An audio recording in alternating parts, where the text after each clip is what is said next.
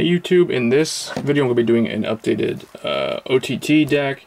So I have two Oracle Think Tank decks right now. I'm probably going to change one of them after the next locals. I'll probably build Tsukuyomi. I already have like all the cards for Tsukuyomi, I'm just not using them because I haven't bothered to change either of my two decks. But this is one of them. I'm showing this one in one video and I'll show the next one in another video.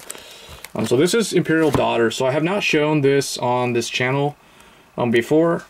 I was doing CEO and I think Victory Deer. Now I have Imperial Daughter in here because nobody, like, there was someone in my area who didn't want this anymore, so they just like said, here, you want to build the deck, I'll let you like borrow it. So I'll probably swap this for Tsukuyomi. But yeah, right now Imperial Daughter, I've been testing it out. It owns Gear Chronicle so hard, it's like not even fair. It's just sad. Like, Protect clans, Gear Chronicle they just almost auto lose to Protect clans, unless they just somehow get lucky. But I haven't seen it happen yet. But anyway, let's get right into the deck profile. It's really cool. I like this deck a lot. Imperial Daughter, I never used this in the old days of Vanguard, so to me it's kind of like a new deck, all brand new, even though this was like in the original BT1 of the re-release. So for Imperial Daughter, she's kind of like that Mega Colony guide. You got to keep riding her multiple turns to get the effect, so you got to run the max copies.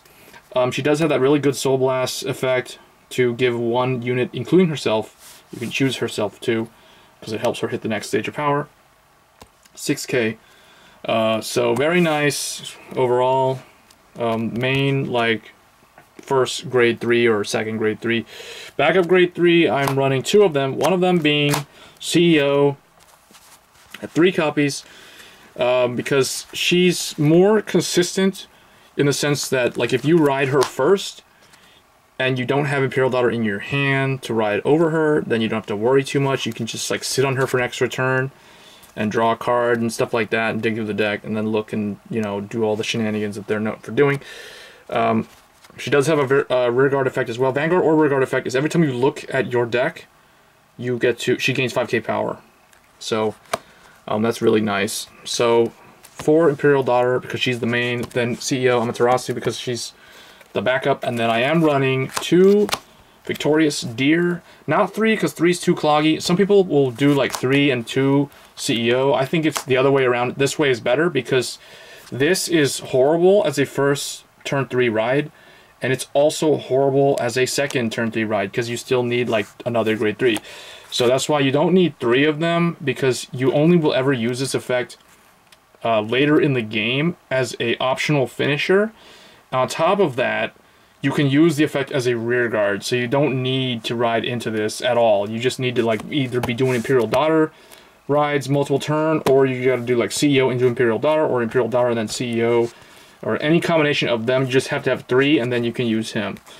Sometimes what will happen is it'll be like Imperial Daughter, then this, and then him for the third, if I don't have another. Otherwise, it'll be like her, Imperial Daughter, and then this guy's a rear guard, or some combination of that. So that's basically the general idea behind the grade 3 lineup. So that's why we run 9 grade 3s, and because we're Protect is the most it's the best style that can run the 9 grade 3 builds, in my opinion, because you have a lot of PGs and they can function as PG fodder if necessary. So that's why you can run 9 of them.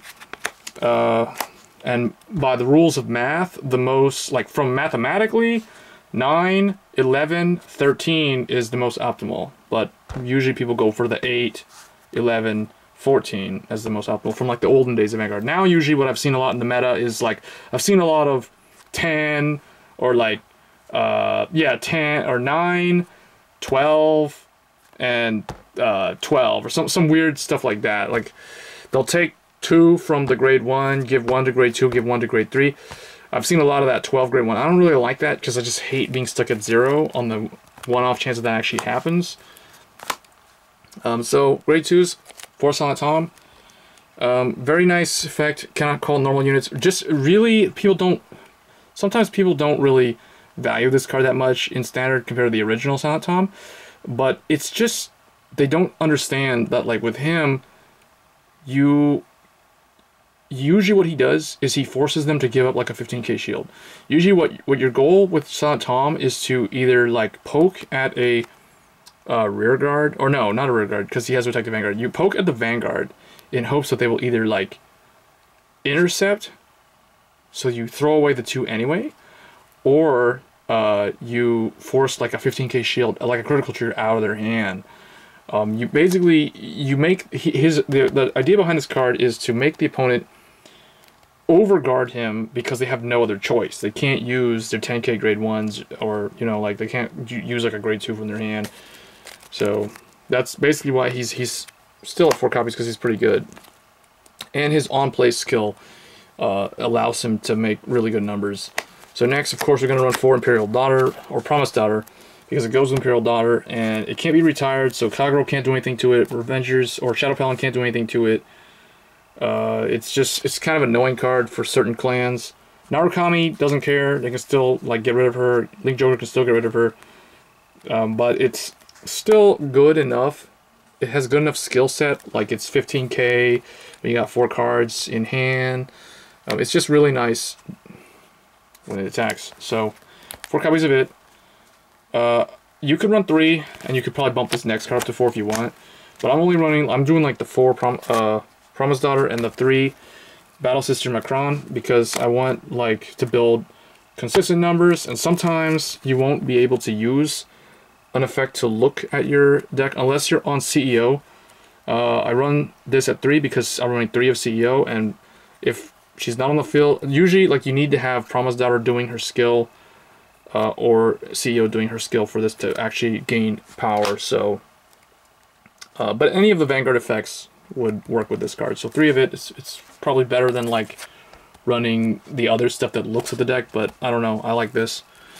You could probably try like Rectangle Magus, but I think that the resource issues will start showing up if you do that.